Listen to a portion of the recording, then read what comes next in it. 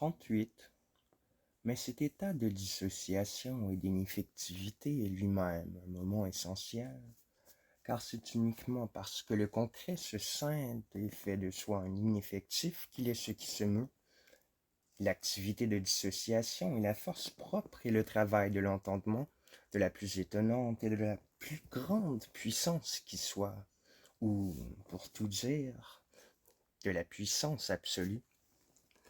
Le cercle qui repose refermé sur lui-même et qui, en tant que substance, tient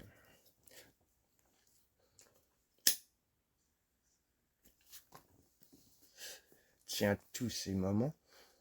et le rapport immédiat et qui n'a donc rien d'étonnant,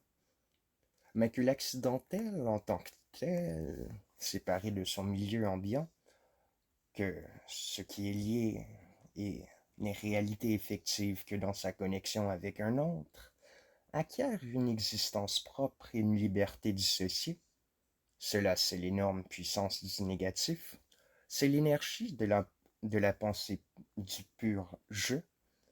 la mort, pour donner ce nom à cette ineffectivité, et ce qu'il y a de plus terrible, et retenir ce qui est mort, et ce qui requiert la plus grande force. La beauté sans force déteste l'entendement parce qu'il lui impute et enjoint cela même qu'il ne peut pas faire. Mais la vie de l'esprit n'est pas la vie qui s'effarouche devant la mort et se préserve pure de la décrépitude. C'est au contraire celle qui la supporte et se conserve en elle. L'esprit n'acquiert sa vérité qu'en se trouvant lui-même, 39 dans la déchirure absolue. Il n'est pas cette puissance au sens où il serait le positif qui n'accure du négatif, à la façon dont nous disons de quelque chose, ce n'est rien, ou ce n'est pas vrai, et puis, bon, terminé. Bon, terminé. Fille de cela, et passons à n'importe quoi d'autre. Il n'est au contraire cette puissance qu'en regardant le négatif droit dans les yeux, en s'attardant chez lui,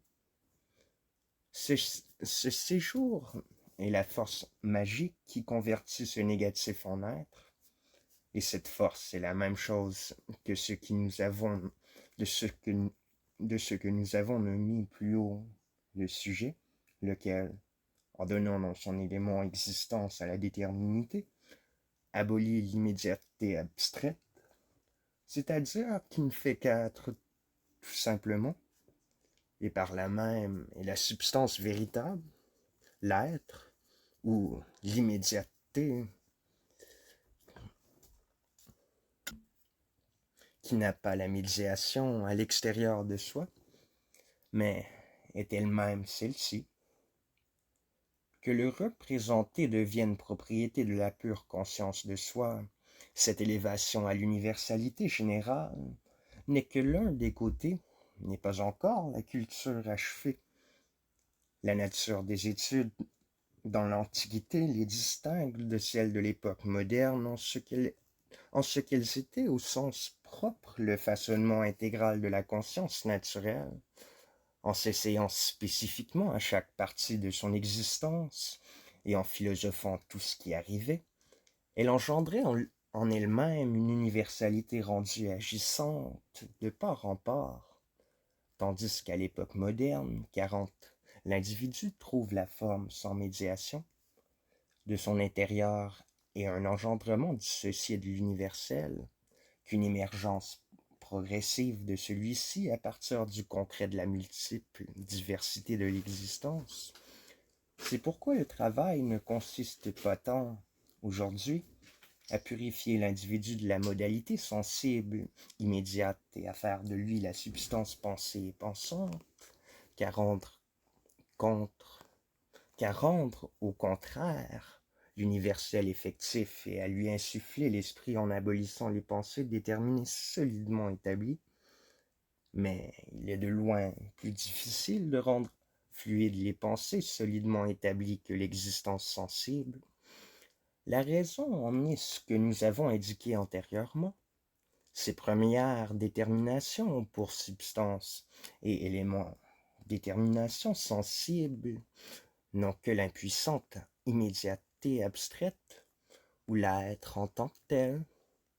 Les pensées deviennent fluides dès lors que le pur pensée, cette immédiateté intérieure, se reconnaît comme moment, ou que la pure certitude de soi-même fait abstraction de soi, non pas s'abandonne ou se met de côté, mais abandonne ce qu'il y a, 41 de fixe dans sa position de soi, aussi bien la fixité du pur concret, que le jeu même est par opposition à un contenu distinct, que la fixité des choses distinctes qui, posées dans l'élément du pur pensée, on part à cette inconditionnalité du jeu. C'est par ce mouvement que les pures pensées deviennent des concepts essentiellement alors ce qu'ils sont en vérité, des mouvements autonomes, des cercles, sont ce qui est leur substance, des essentialités spirituelles.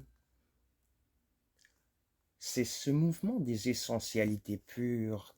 qui constitue la nature de la scientificité en général, considérée comme la connexion interne de leur contenu. Il est la nécessité et l'expansion de ce contenu en un tout organique. Grâce à lui, la voie par laquelle on parvient au concept du savoir devient pareillement un devenir nécessaire et complet, en sorte que cette préparation cesse d'être un discours philosophique contingent qui se rapproche à tel ou tel objet, rapport et pensée de la conscience imparfaite, selon que la contingence les amène et les rattache, ou qui cherchent à fonder la vraie, à fonder le vrai à partir d'idées déterminées, par des raisonnements, conclusions et autres déductions qui tantôt vont dans un sens, tantôt vont dans l'autre. C'est par le mouvement du concept, au contraire, que ce chemin englobera dans sa nécessité la mondialité,